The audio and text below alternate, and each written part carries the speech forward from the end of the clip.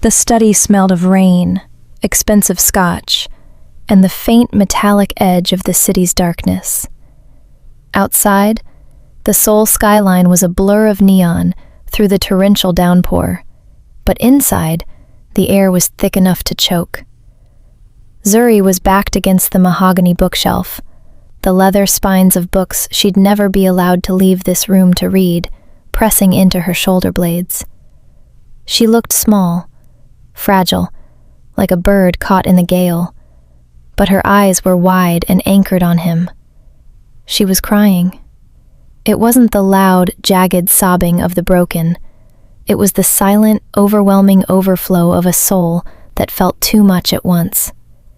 The tears traced shimmering paths down her brown skin, disappearing into the collar of the silk robe he had provided for her. Jamin didn't move. He stood a breath away, his tailored suit jacket discarded, his shirt sleeves rolled up to reveal the stark contrast of his pale skin against the dark ink of the dragon winding up his forearm. He was a man built on a foundation of no risks, no loose ends, no mercy. But his hand, hovering just inches from her face, was betraying him. His knuckles were white, his fingers twitching with the agonizing effort of not closing the distance. He could feel the heat radiating from her skin. He could smell the vanilla of her soap, a scent that had no business being in a room where death warrants were signed. "Tell me to stop, Zuri," he rasped. His voice was a low, dangerous vibration that seemed to hum in the very marrow of her bones. "Give me the word. Give me anything to hold on to." He was offering her an exit, a way to keep his soul and her life intact. If she spoke, he would walk out of that door and restore the wall between them. He would be the boss, and she would be the ward. The world would make sense again. Zuri's breath hitched. A fresh wave of tears spilled over, her chest heaving as she fought for air in the vacuum of his presence. She looked at his lips, then back to his eyes, those dark, piercing depths that saw everything she tried to hide.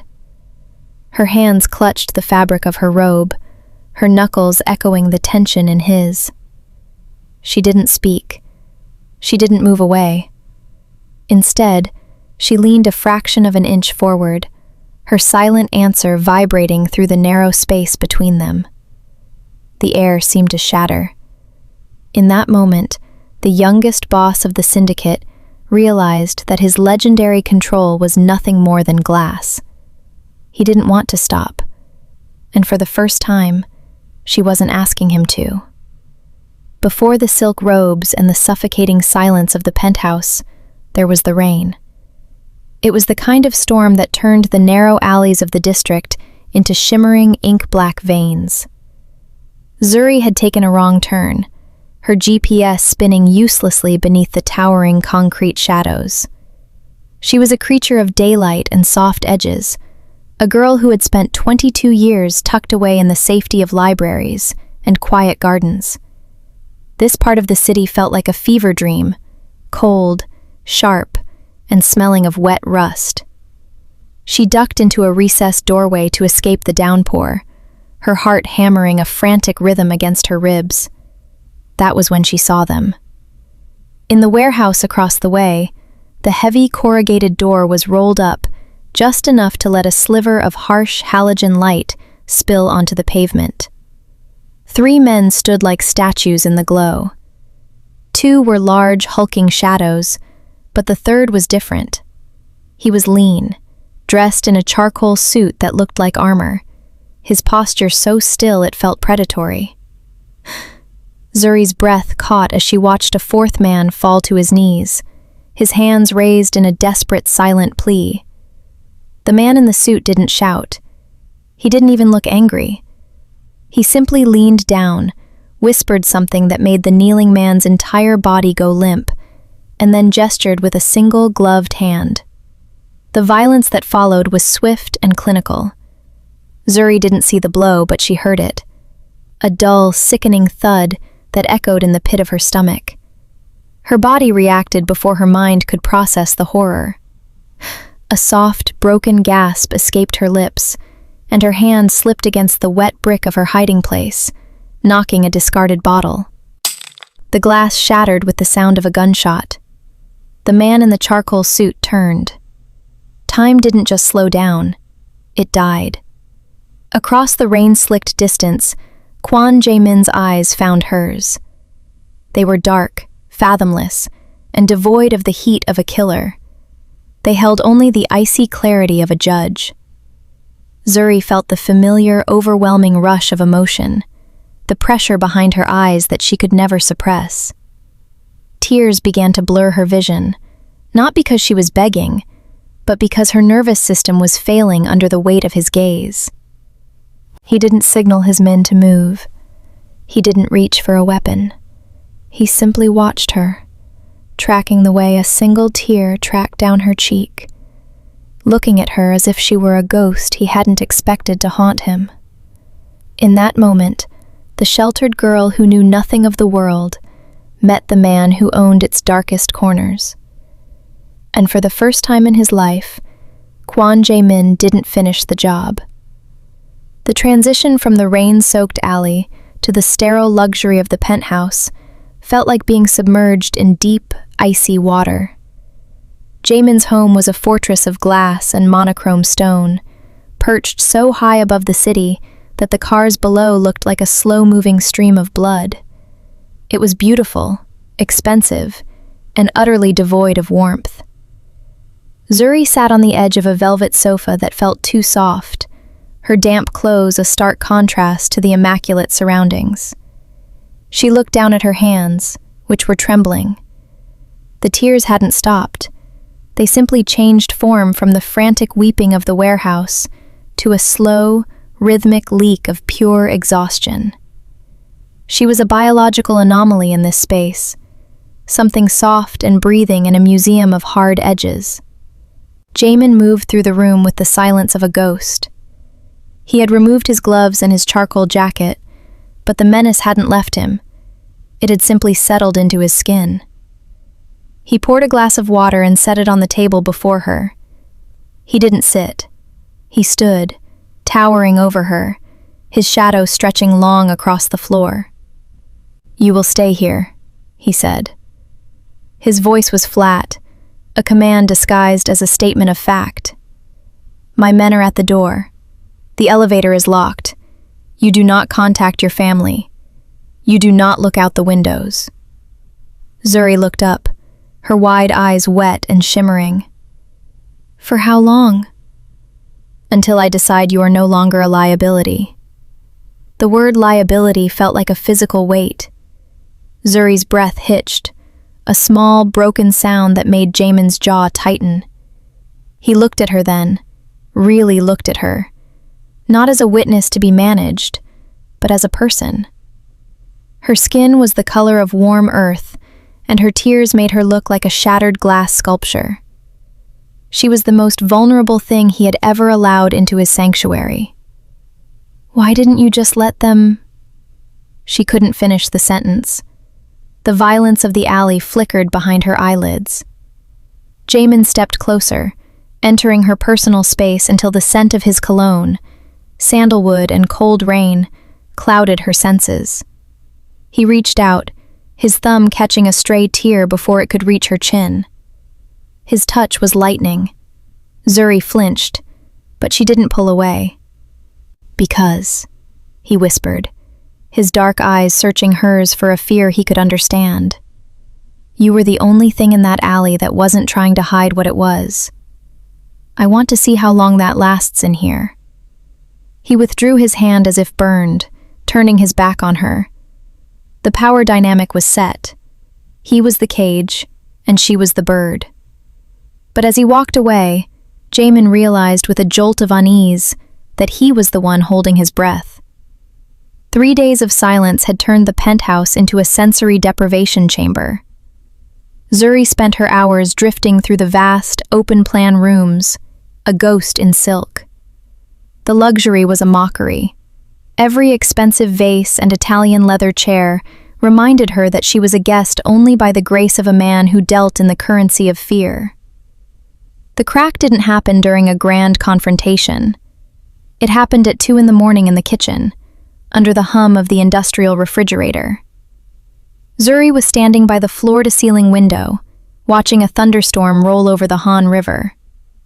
The lightning illuminated the room in jagged white bursts, and with every crack of thunder, her shoulders jumped. She didn't hear him enter. Jamin moved with a predatory grace that defied the physics of footsteps. He found her there, huddled in a corner of the kitchen island, her face buried in her knees. She wasn't just crying this time. She was trembling with a bone-deep chill that no amount of central heating could cure. Jamin stopped. He was dressed in a simple black t-shirt, looking less like a syndicate boss and more like a man plagued by his own thoughts. He watched the way her spine curved, the way her small hands clutched at her upper arms as if trying to hold her soul inside her body. "The storm won't hurt you," he said, his voice unusually rough. "The glass is reinforced." Zuri looked up, her face a mask of raw, unfiltered grief. "It's not the storm," she whispered, her voice cracking. "It's the quiet. It's waiting for the moment you realize I'm not worth the trouble of keeping alive." The honesty of it hit him like a physical blow. In his world, everyone lied to survive. They flattered, they postured, they bled in silence. But Zuri sat there, her eyes swimming with an ocean of feeling, showing him the very throat he could crush. An unfamiliar ache bloomed in Jamin's chest, a phantom limb of an emotion he thought he'd amputated years ago. He stepped forward, his hand moving of its own accord. He reached out, not to threaten or to command, but to bridge the gap.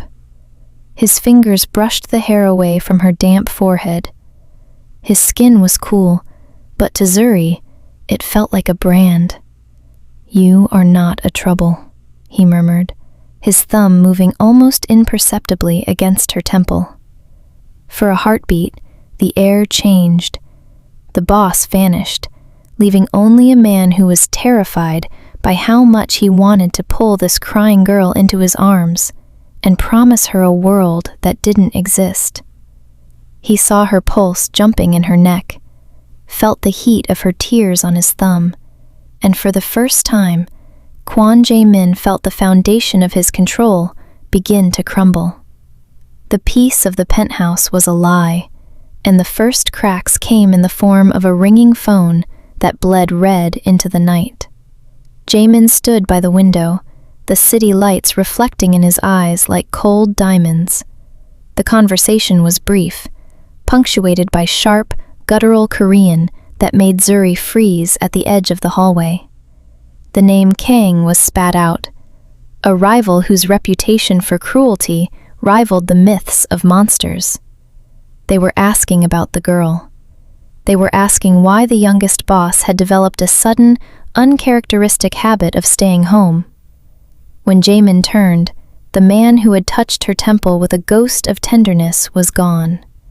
In his place was the architect of a shadow empire, his face a mask of impenetrable stone. "They know," he said, his voice clipped and devoid of warmth. Zuri stepped into the light of the living room, her fingers twisting the hem of her sleeve. "Know what?" "That I am harboring a ghost." He walked toward her, each footfall a heavy beat of a drum. He didn't stop until he had crowded her into the narrow space between the dining table and the wall. The proximity was a punishment. "The rules have changed, Zuri. From this moment, you do not exist. You do not speak to the staff. You do not enter my study unless I summon you. And above all," he leaned down, his breath ghosting over her lips, "you stay away from me." Zuri's eyes filled instantly, that familiar, involuntary response to the harshness in his tone. A single tear escaped, tracing the curve of her cheek. "Am I a prisoner again?" "You are a target," he snapped, but as the word left his mouth, his gaze betrayed him. He was looking at her mouth with a hunger that bordered on agony. While his words were building a wall, his eyes were tearing it down, devouring the sight of her wet lashes and the way her pulse thrashed in the hollow of her throat. He was telling her to run, while his body was subconsciously tilting toward her, drawn by a gravity he couldn't calculate. He gripped the edge of the table behind her, his knuckles turning white as he fought the urge to ruin his own mandate. The air between them was electric, thick with the scent of his expensive cologne and the salt of her fear. "Don't look at me like that," he whispered, his voice breaking for a fraction of a second. "Don't give me a reason to forget who I am." He turned abruptly and left the room, the heavy click of his bedroom door sounding like a gavel. He had set the rules of engagement, but as Zuri stood alone in the dark, she knew they were both already losing the war. The gala was a sea of black ties and blood-red silk, a gathering of the city's most elegant monsters. Jamin had dressed Zuri himself, his hands trembling as he fastened a necklace of diamonds that felt like a collar. He hadn't spoken a word, but the way he stared at her, as if she were a masterpiece he was about to set on fire, said everything. He couldn't hide her anymore. His rivals were whispering that he had gone soft, and the only way to silence them was to show them exactly what he was protecting. The ballroom of the Grand Hyatt was suffocating. Zuri walked at Jamin's side, her hand resting on his forearm. She could feel the coiled tension in his muscles, a hair trigger ready to snap. Every man in the room watched her. Their eyes were predatory, stripping her of the expensive dress and searching for the weakness that had brought the great Quan Jamin to his knees. "Smile, Zuri," Jamin murmured, his voice a low, lethal caress. "Let them think you are happy to be mine." But Zuri couldn't smile. Her eyes were bright with the familiar sheen of overwhelmed emotion. The noise, the scent of heavy perfumes, and the way a rival boss, Mr. Kang, lingered on her bare shoulders made her skin crawl. When they sat for dinner, the atmosphere turned even more claustrophobic. Kang sat opposite them, his gaze a physical violation. "She is exquisite, Jamina," Kang said, swirling a glass of dark wine. "A bit fragile for our world, isn't she? She looks like she might break if someone leaned too hard." Jamin's expression didn't flicker, but beneath the heavy linen of the tablecloth, his hand found Zuri's thigh. It wasn't a gentle touch. His fingers gripped her, a possessive, grounding weight that claimed every inch of her. He wasn't just comforting her, he was marking her. Zuri's breath hitched, her fork clattering softly against the china. The heat of his palm through her dress was the only thing keeping her from spiraling. She looked at him, her eyes wide and wet, pleading for an escape. Jamin didn't look back at her. He kept his eyes on Kang, his thumb tracing slow, agonizing circles on the sensitive skin above her knee. The hidden intimacy was a secret war. While they discussed territories and shipments above the table, beneath it, Jamin was drowning in her. His touch grew more frantic, more desperate, as his jealousy flared at the way other men spoke her name. He was the one who had told her to stay away, yet here he was, unable to let go for even a second. "She doesn't break," Jamin said finally, his voice like grinding stones.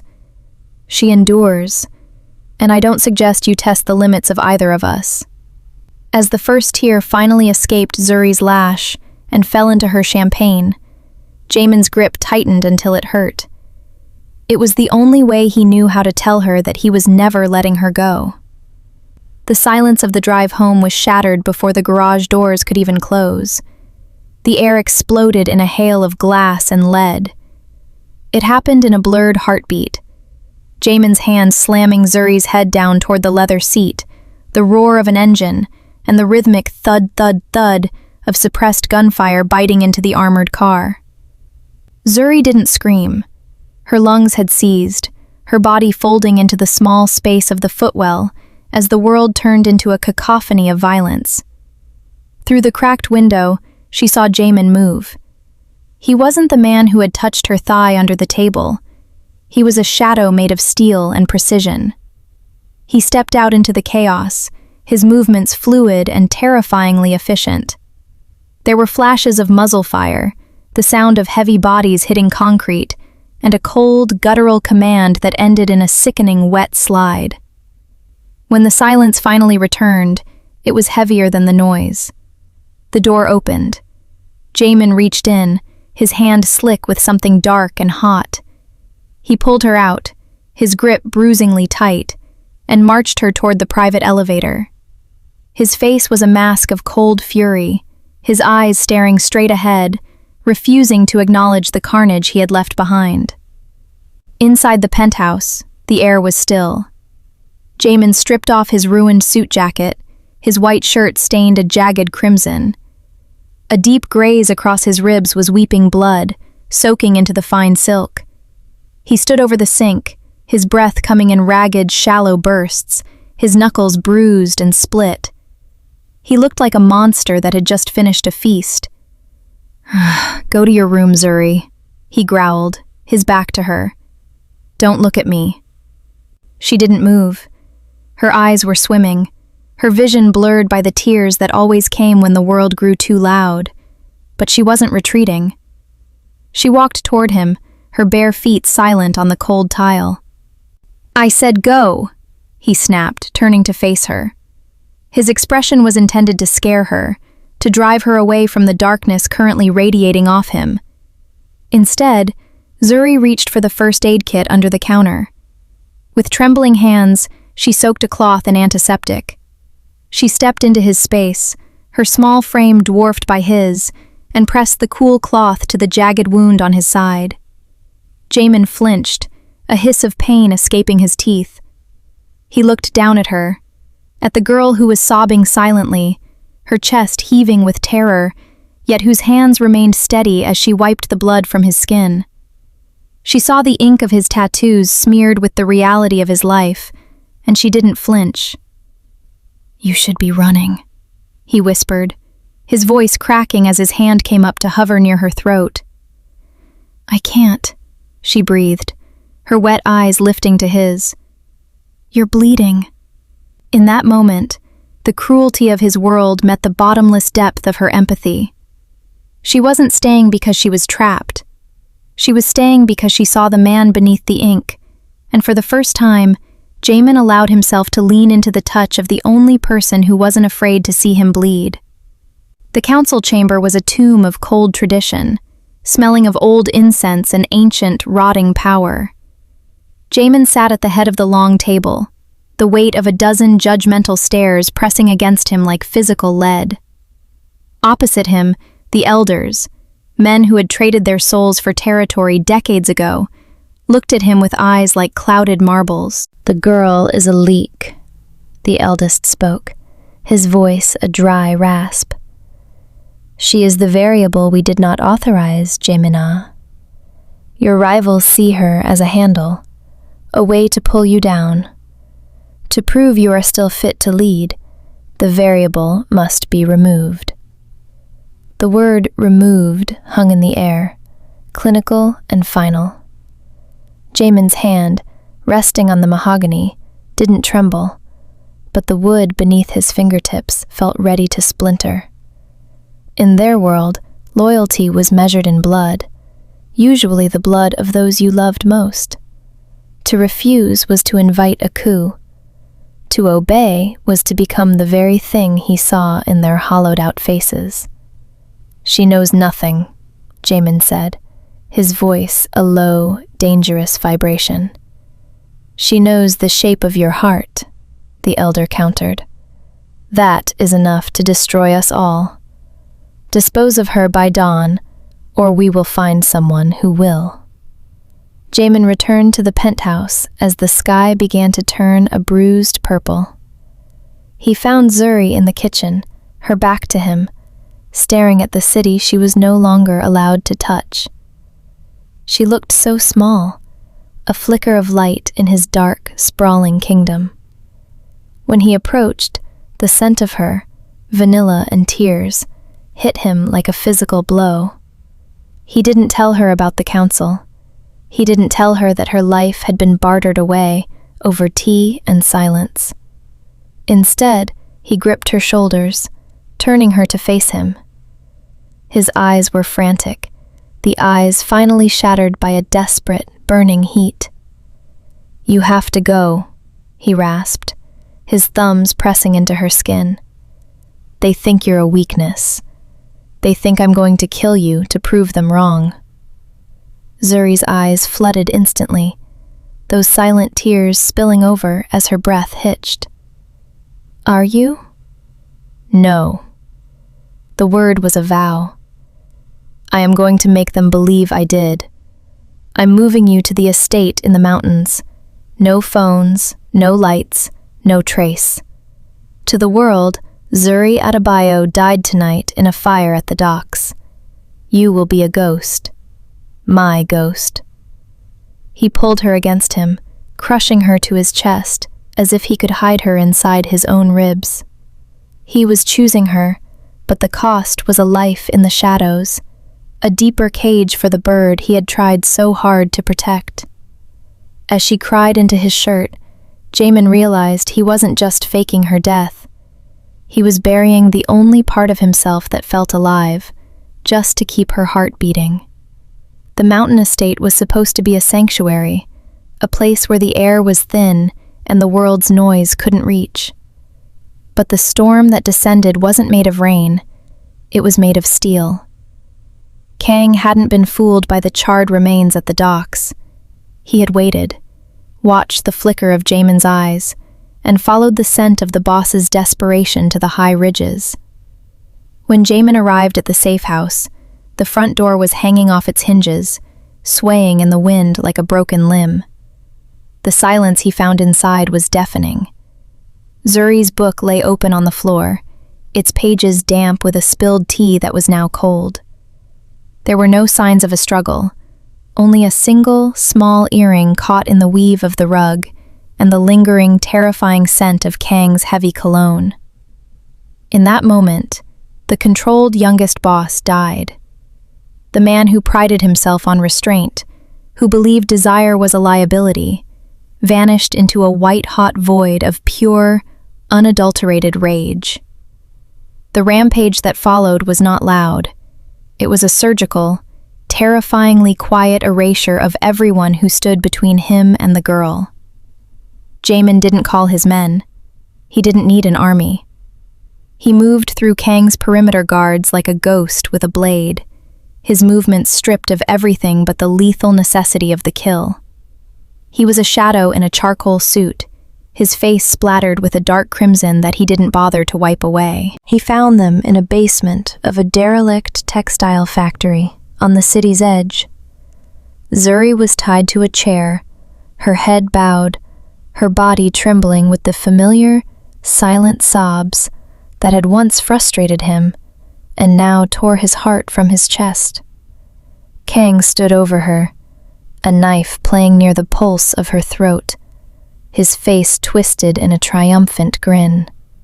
"You broke the rules for a girl who cries when the wind blows, Jamina," Kang taunted, his voice echoing off the damp walls. "Look at her. She's nothing." Jamin stepped into the light, his eyes two pits of bottomless black. He didn't look at Kang. He looked only at Zuri. "Close your eyes, Zuri," Jamin said. His voice wasn't a roar. It was a whisper that promised an ending. She lifted her head, her wet eyes meeting his through the blur of her tears. She didn't look away. She saw the monster he had become to save her, the blood on his hands, the coldness in his soul, and she didn't flinch. The violence that erupted next was a blur of motion and steel. Jamin didn't just win, he dismantled. By the time he reached her, the room was silent once more, He dropped the weapon, his hands shaking as he knelt before her, slicing through her bonds with a tenderness that defied the carnage behind him. "I'm sorry," he rasped, pulling her against his blood-stained chest. "I'm so sorry." Zuri buried her face in his neck, her tears finally breaking into ragged, audible gasps. She didn't care about the blood. She only cared that the man who had found her in the rain had finally come to take her home. The penthouse was a tomb of shadows, the only light provided by the relentless, rhythmic pulse of the city below. They had returned in a silence so heavy it felt like a physical weight. Jamin had not washed the blood from his hands. He had simply walked Zuri through the door, his presence a dark, jagged silhouette against the glass walls of his empire. Zuri stood in the center of the study, her back against the mahogany bookshelf. She was shaking, the adrenaline of the factory floor replaced by a hollow, aching cold.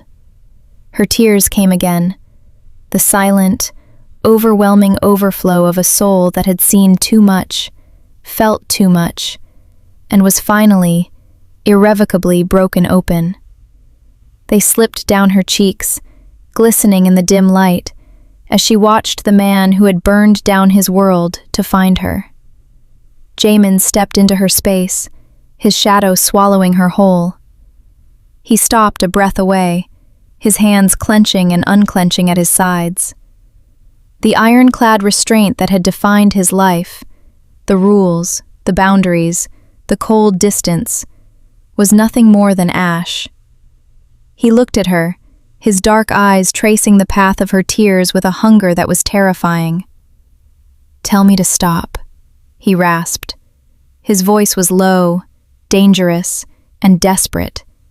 He was standing on the edge of a precipice, offering her the one thing he had left, a choice.